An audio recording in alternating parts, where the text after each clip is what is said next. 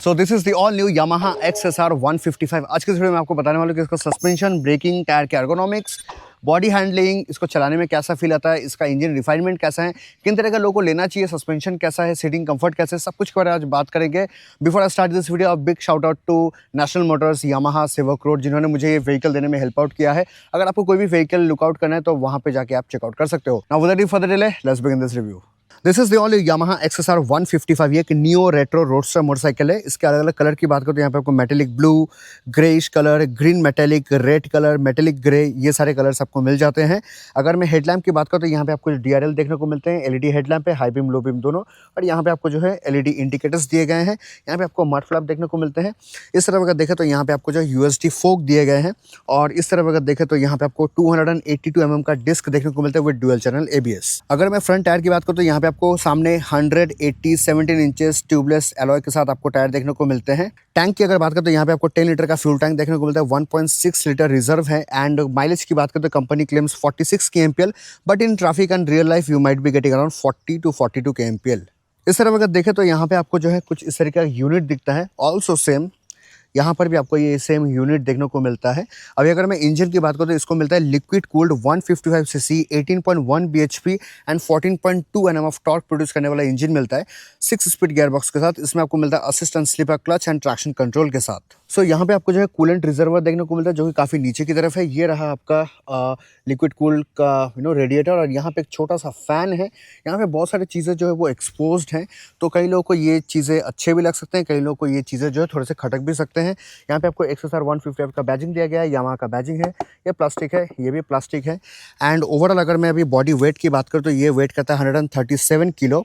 810 mm का इसमें आपको सीट हाइट देखने को मिलता है, जिसकी वजह से 5455 will be struggling, but 5758 will be comfortable riding this motorcycle. And overall अगर मैं मोटरसाइकिल की ग्राउंड क्लियरेंस की अगर मैं बात करूँ तो यहाँ पे आपको मिलता है 170 mm का ग्राउंड क्लियरेंस, जो कि एवरेज है as compare to Indian roads.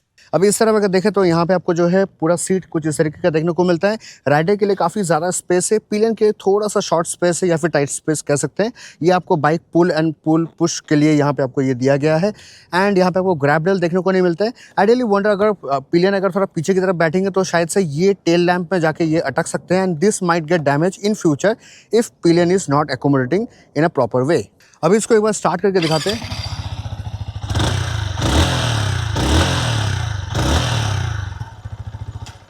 To be honest the exhaust sound is really good, and जब आप उसको चलाते हो ना तब आपको बिल्कुल भी वाइब्रेशन वगैरह फील नहीं होते हैं। लुक वाइज कुछ इस तरीके के हैं। राइडर के लिए जो है brake lever, foot rest, pillion के लिए फुट रेस्ट यहाँ पे दिए गए हैं।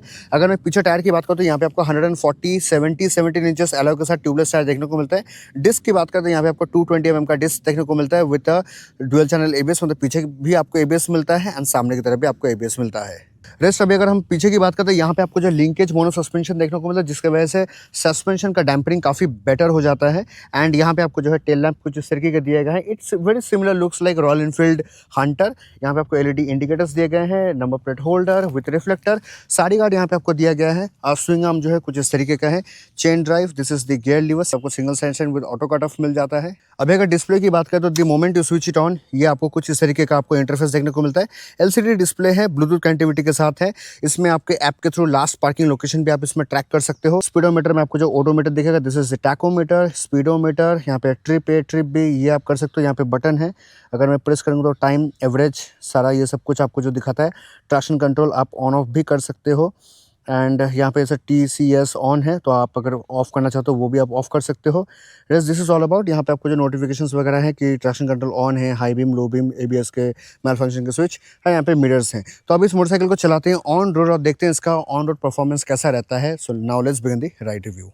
Back on the road. So अभी हम चलाने वाले हैं the all new XSR 155। What a machine to ride. जब मैं इसको चला के आ रहा था बहुत ही मज़ा आया। Let's crank the engine. It can go till 11,500 RPM.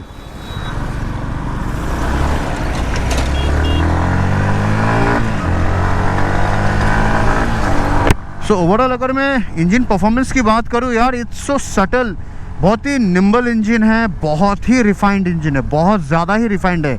अगर मैं आपको बाकी चीज़ों को अगर मैं दिखाऊं, मतलब छठा गियर पे मैं 60, 65, 70 में चल रहा हूं। It is carrying very easily. Honestly speaking पहला बार मुझे लाइफ में ऐसा फील हो रहा है कि 155 सीसी का इंजन मैं चला रहा हूँ, but I am not feeling that I am riding that machine. इतना स्मूथ इंजन, इतना अच्छा, इतना बेहतरीन, like I never expected. And 6000 RPM भी नहीं जा रहा है, but it is crossing 80 kmph। So at 6000 RPM you can cruise at 83, 84, 85 kmph। बहुत ही अच्छा मशीन है। अगर किसी को लेना है इन अ रेट्रो स्टाइल, अगर किसी को लेना है डेली कम्यूट के लिए, गो फॉर इट। अगर किसी को लेना है सिटी राइड के लिए, आपको माइलेज भी अच्छा चाहिए, गो फॉर इट।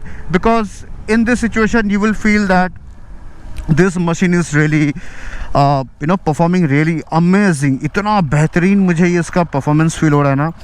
हाई बीम जो है यहाँ से आते हैं, तो हाई बीम के ऑफकोर्स एलईडी लाइट्स के पावर उतने कुछ खास नहीं होते हैं, बट ओवरऑल अगर मैं बताऊँ, machine is really good. Handling wise बहुत ही बेहतरीन है। Pickup wise, engine refinement wise, it's very very very good. I am just loving this machine. चाहे आप सिटी में चलाओ या हाईवे पे चलाओ, यू विल एन्जॉय इट। मतलब मैं थ्रॉटल फुल भी नहीं कर रहा हूँ, and it is going like this. Like easily you can manoeuvre, you can ride it. Like आप 80, 85, 90 kmph आप इजीली कर सकते हो। I am really surprise that Yamaha manage to make such a subtle engine, non vibration engine at the speed of 90, 95 पे भी आपको कोई दिक्कत नहीं होगा।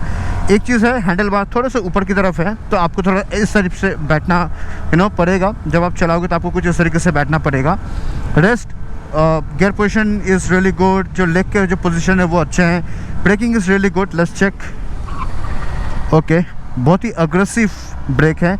जब आप ब्रेक को प्रेस करते हो, you feel that instant bite the moment you press the breaks.